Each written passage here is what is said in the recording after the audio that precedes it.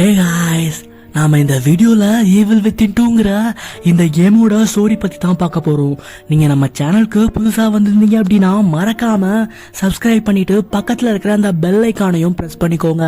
அப்பதான் நம்ம போடுற இந்த மாதிரியான ஸ்டோரி ரிலேட்டட் வீடியோஸ் உங்களோட நோட்டிபிகேஷன்ல உடனடியா வரும். வாங்க இப்ப ரொம்ப பேசாம இந்த ஸ்டோரிக்குள்ள போகலாம். நம்மளோட புரோட்டகனிஸ்டான செபாஸ்டியன் காசினோஸ் முன்னாள் காவல்துறை அதிகாரியாக கிம்சன் நகரத்துல ஒர்க் பண்ணிட்டு இருந்திருப்பாரு. அவரையும் அவரோட ஃபேமிலியும் சுத்தி நடக்கக்கூடிய மர்மமான கதைகளை கொண்ட தொகுப்பாதான் இந்த கேம் உருவாக்கப்பட்டிருக்கு. வாங்க ஈவில் வித்தின் 2ஓட ஸ்டோரி என்னங்கிறத தெரிஞ்சுக்கலாம்.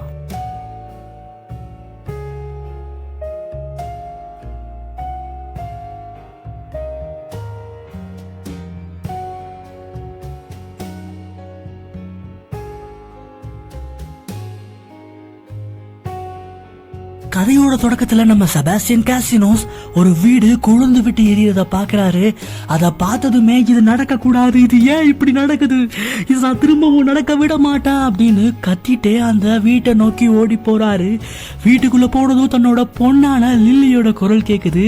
அப்பா எங்க இருக்கீங்க, என்னை காப்பாத்துங்கன்னு அந்த பொண்ணு கதற. அதை பார்த்துட்டு இருந்தான் நம்ம செபாஸ்டியனும் அவரை காப்பாத்துறதுக்காக மாடியை நோக்கி ஓடுற. அடிக்கி போன செபாஸ்டியன் லில்லி ரூம் ஓபன் பண்ணி லில்லி எங்க இருக்கான்னு தேட அந்த இடத்துல லில்லி இல்ல. லில்லி அவரோட பின்னாடியே இருந்தா. அப்பா என்னை காப்பாத்துங்க அப்படின்னு கத்திட்டே அவர்கிட்ட ஓடி வர.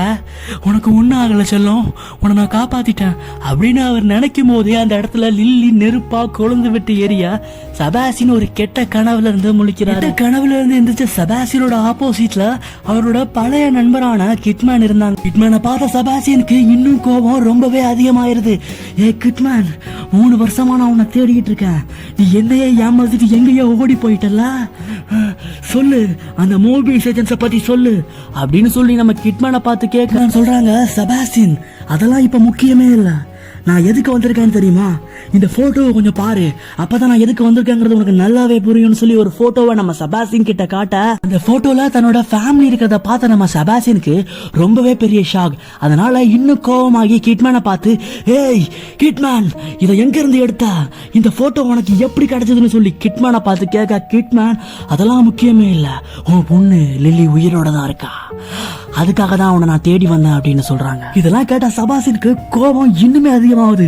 ஏய் லூசு தரமா பேசாதா, என் பொண்ணு எப்போ செத்துட்டா, போலீஸ் ஹிஸ்டரி கூட அதான் சொல்லுது அப்படின்னு சொல்ல, அதை கேட்ட ஹிட்மேன், போலீஸ் ஹிஸ்டரியை யாருக்கு வேணாலும் எப்படி வேணா மாத்திக்கலாம் செபாஸ்டியன், உனக்கு சொல்றது புரியுதா இல்லையா, உன் பொண்ணு எங்க கூட தான் இருக்கா, ஆனா ஆபத்துல இருக்கா, அவளை காப்பாத்த நீ தேவை, அதுக்காக தான் அவனை தேடி வந்தேன்னு சொல்லி செபாஸ்டியனை கன்வின்ஸ் பண்ண ட்ரை பண்றாங்க. இதெல்லாம் கேட்ட பிறகு கூட கன்வின்ஸ் ஆகாத நம்ம செபாஸ்டியன் ஒரு கன் பாயிண்ட்ல நம்ம கிட்மேனை மிரட்டுறாரு. இதெல்லாம் பார்த்துட்டு இருந்த அந்த மோபியஸ் ஏஜென்ட்ஸ் நம்ம செபாஸ்டியனை அடிச்சு போட, அந்த கேப்ல கிட்மேனும் ஒரு மயக்க ஊசி போட்டு செபாஸ்டியனை அந்த மோபியஸ் குவார்டர்ஸ்க்கு கூட்டிட்டு போறாங்க. மோபியஸ் குவார்டர்ஸ்ல கண் விழிச்ச நம்ம செபாஸ்டியன் கிட்மேனை பார்த்து, ஹே கிட்மேன், நம்ம இப்ப எங்க இருக்கோம், என் பொண்ணு லில்லி எங்க இருக்கா அப்படின்னு சொல்லி கேட்க, அதை பார்த்தா கிட்மேன், ஏ செபாஸ்டியன் பொறுமையாரு, அங்க பாத்தியா ஒரு டோர் தெரியுதா, அந்த டோருக்கு பின்னாடி தான் உன் பொண்ணு இருக்கா, நீ அமைதியா இருந்தா உன் பொண்ணு கிட்ட சீக்கிரமாவே உன்னை நான் கூட்டு போவேன் அப்படின்னு சொல்லி அந்த இடத்த நோக்கியும் கூட்டு போறாங்க. அந்த டோரையும் கிட்மேன் ஓபன் பண்ண அந்த இடத்துல ஒரு பெரிய மெக்கானிசம் இருக்கிறத நம்ம செபாஸ்டியன் பாக்குறாரு. அப்பதான் ஒருத்தனோட வாய்ஸ் மட்டும் கேக்குது.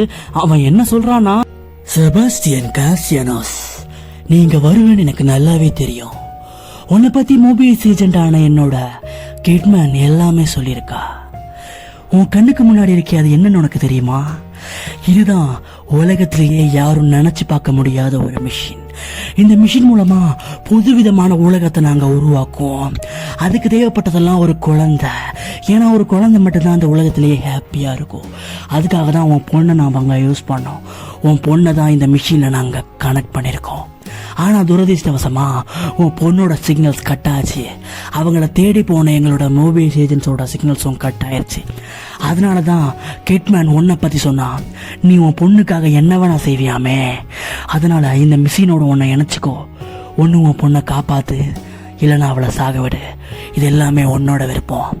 என்ன சொல்ற செபாஸ்டியன், எங்க டீலுக்கு ஒத்துக்கிறியா?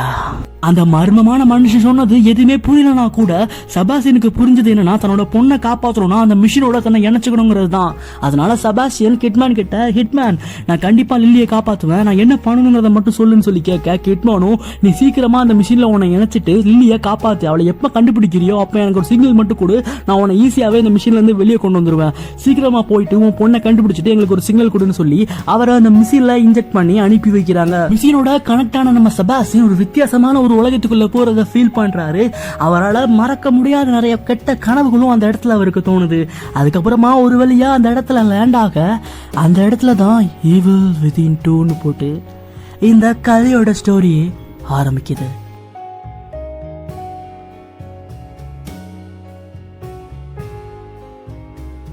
இந்த கேமோட கதையே இதுக்கப்புறம் தான் தொடங்க போகுது. அதனால சப்ஸ்கிரைப் பண்ணிட்டு வெயிட் பண்ணுங்க. நம்ம அடுத்த எபிசோட்ல சந்திக்கலாம்.